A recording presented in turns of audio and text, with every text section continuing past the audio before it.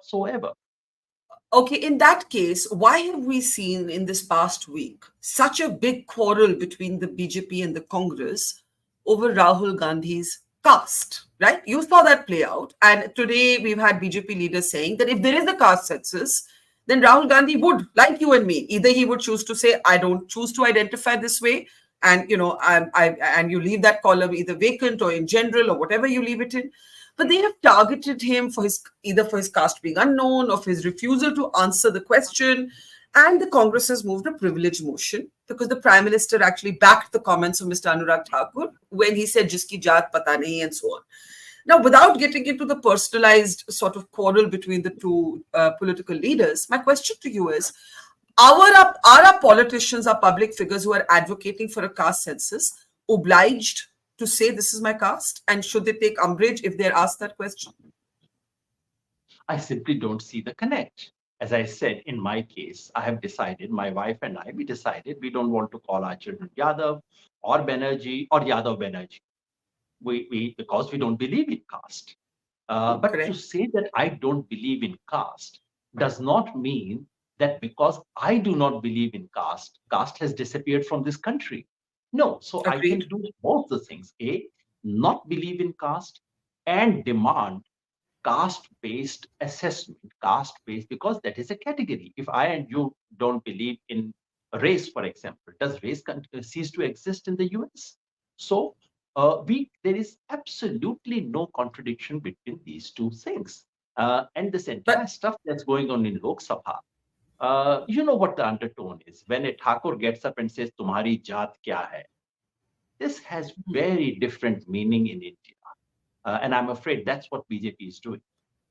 But he is saying it not to somebody from a so-called, he's also saying it to a person of a fellow privileged caste. Fellow privileged class, but probably not fellow privileged caste. In the classical Indian text, good or bad, there was Anulom Vivah and Pratilom Vivah.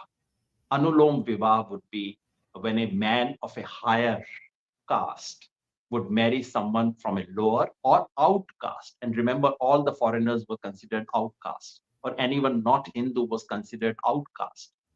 So I think that's what they are playing on, the Anulom and Prati. They know their text very well, BJP people. And what they are really trying to say is where you don't quite belong. You are, so that's basically what they're playing on. And it's actually this is not very different from what Trump is doing to Kamala Harris right now. Interesting parallel there. But I have a question, and that is a political question.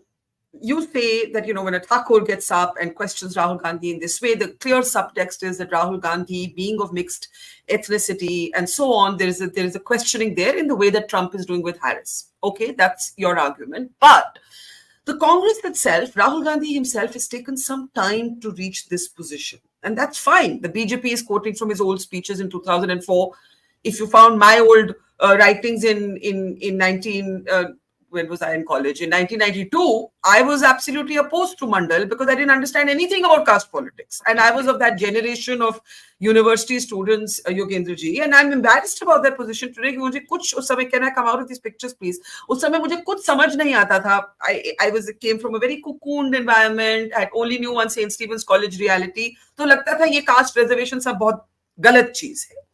But so people's positions can evolve. My own position has evolved. But you will remember an election, I don't remember which one it was, when a Congress leader referenced, quote unquote, the sacred thread of Rahul Gandhi, right? So all I'm trying to argue is that the Congress position on this has not exactly been consistent. One is Rahul Gandhi's position, second is Congress's position. And whatever Rahul Gandhi has said, the one thing that doesn't quite fit in with that is the Dattatreya Brahmin thing. I don't know him that intimately, but whatever I know of him, that simply doesn't go with his character. And I don't know, obviously he needs to explain, and I'm sure you'd be able to ask him. But you remember the Janyodhari Brahmin reference that I think Randeep Surjewala had made. That doesn't quite go with the person that I have known. It's out of sorts, completely out of sorts with that. The other statements that he has made about I believe in a system where caste doesn't exist, etc. All that is perfectly compatible with what he's saying today. But that Brahmin and Janayudhari stuff, that doesn't quite go with what he's professing today. But as you said, everyone evolves and everyone should evolve. In my own case, I must confess that in 2008 and 9, I was not in favor of a full caste census. I was only advocating OBC census, that apart from SC and ST, OBC must also be included. It's only after reading Satish Deshpande that I actually converted to the idea of a full caste census, because till then I saw caste census as an instrument for documenting and understanding the disadvantages of the underprivileged. Satish Deshpande drew my attention to the stark fact that unless you unmask the privileges, unless you unmask the privilege of the privileged, there's no point talking about disadvantage of the remaining. And that, I suspect, Barkha, is why we have so much opposition.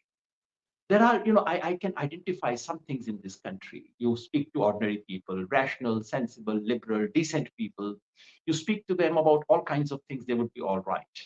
But you speak to them about Muslims, speak to them about Kashmir, speak to them about caste, and about women.